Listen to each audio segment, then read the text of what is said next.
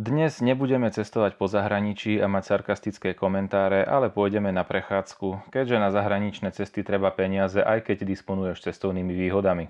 Týmto by som všetkých rád privítal pri prvom videu z územia našej ťažko skúšanej vlasti. Mojím dnešným cieľom bude obec Žakarovce, ktorá je držiteľom zaujímavého prvenstva. Vtedajšou uhorskou železničnou sieťou ju spájala prvá ozubnicová železnica na území jak vtedajšieho Uhorska, tak aj na území dnešného Slovenska. Keďže bývam v blízkej Gelnici, moje prvé video z územia Slovenska bude práve o tomto technickom unikáte. Natáčanie videa bola prakticky prechádzka po turistickom naučnom chodníku s veľavravným názvom Banícky chodník Žakarovce. Určite niekedy príďte, je to fajn prechádzka. Až raz bude mať tento kanál 1 000 000 odberateľov a ja tak nakopnem cestovný ruch v regióne, tak sa mi Žakarovčania poďakujú.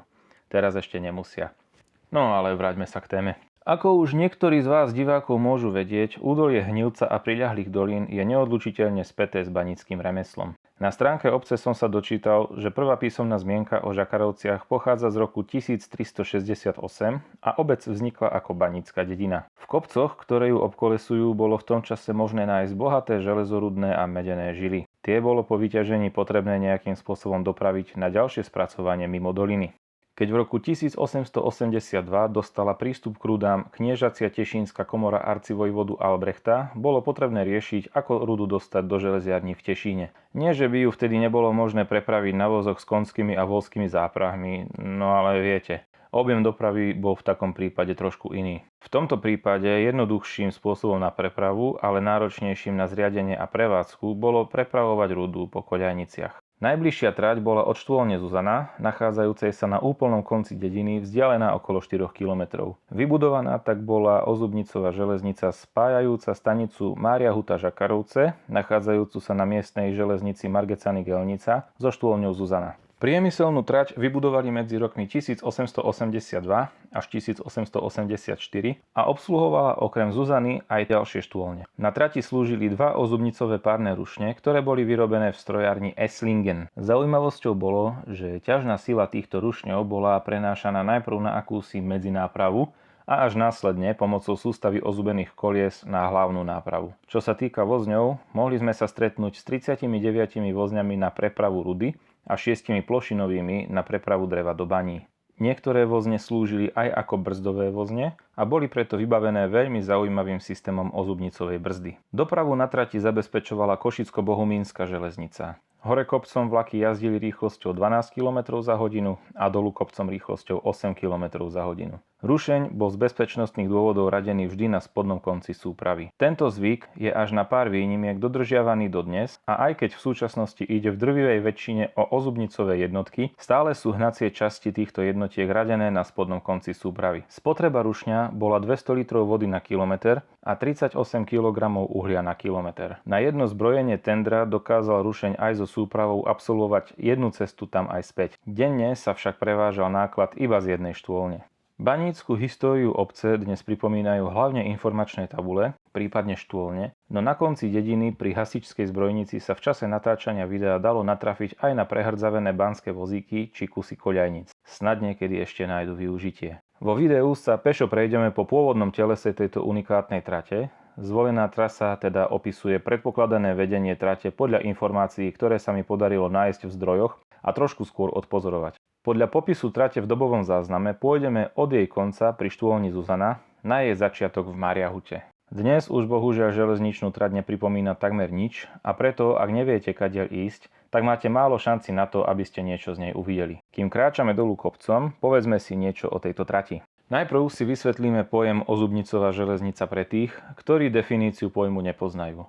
Ozubnicová železnica je železnica, na ktorej sa na prenos ťažnej sily využíva záber ozubeného kolesa o ozubnicový hrebeň v osi trate. Tento systém sa používa na tratiach s tak výrazným stúpaním, že by bez neho vlak nezvládol jazdu hore kopcom. Čiže, ak to parafrázujeme s veľmi veľkým nadhľadom, je to niečo ako rebrík pre vlak, avšak aj ten musí byť na jazdu po ňom prispôsobený.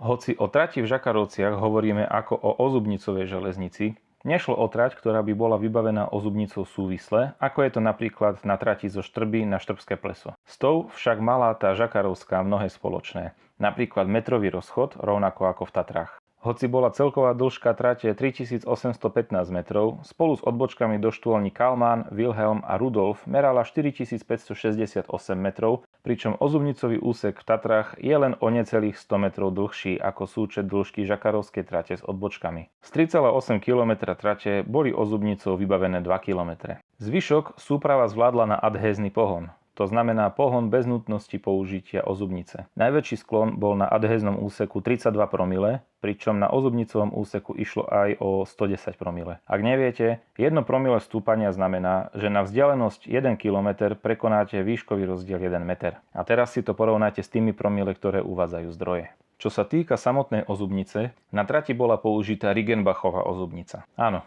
existuje viac druhov ozubníc. Tá Riggenbachová by sa dala popísať ako zuby namontované do C profilov, čiže táto naozaj vyzerala ako rebrík. Rovnaký typ bol použitý aj na trati zo Štrby na Štrbské pleso pred 100 rokmi. Teraz je tam však namontovaná štrubová ozubnica. V súčasnosti je veľká časť traťového telesa premenená na cestu a miestami okolo nej vyrastli aj súčasné ulice. Tie z mála viditeľných náznakov, ktoré som objavil a ktoré môžu napovedať o vedení trate, sú napríklad tento oporný múr či priepust ukrytý pod telesom asi 300 metrov od oporného múru v smere na Mariahutu. Ďalej trať viedla lesom, až sa vynorila na dnešnej Banskej ulici v Mariahute. Tam pokračovala až na dnešnú Medenú ulicu, na ktorej sa dnes začína les a končí zástavba. Na tomto mieste prebiehalo vykladanie rudy do skladky rudy pod výkladkou. Odtiaľ bola furikmi či na malých vozíkoch dopravovaná na praženie v pražiarni. Takto spracovaná ruda sa následne naložila na normálne rozchodné vozne a odviezla sa do Slieska.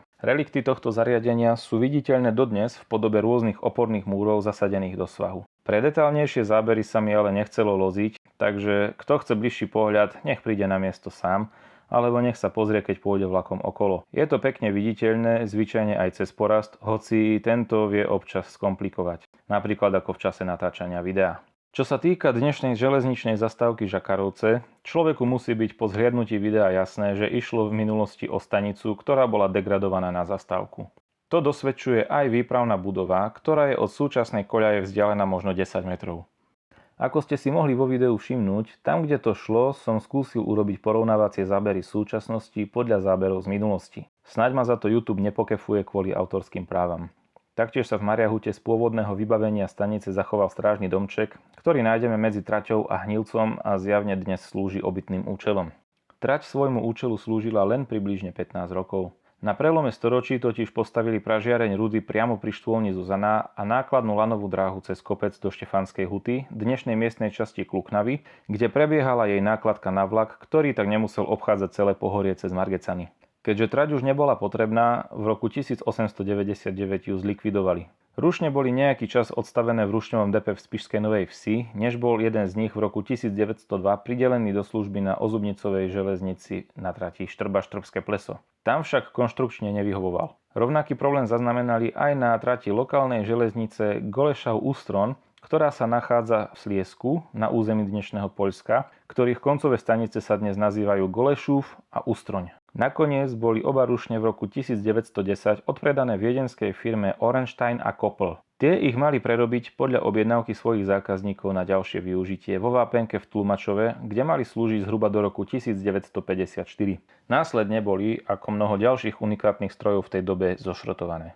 Prvé video z tejto série sa končí a ja verím, že bolo dostatočne zaujímavé, aby zaznamenalo čo najväčší úspech v sledovanosti.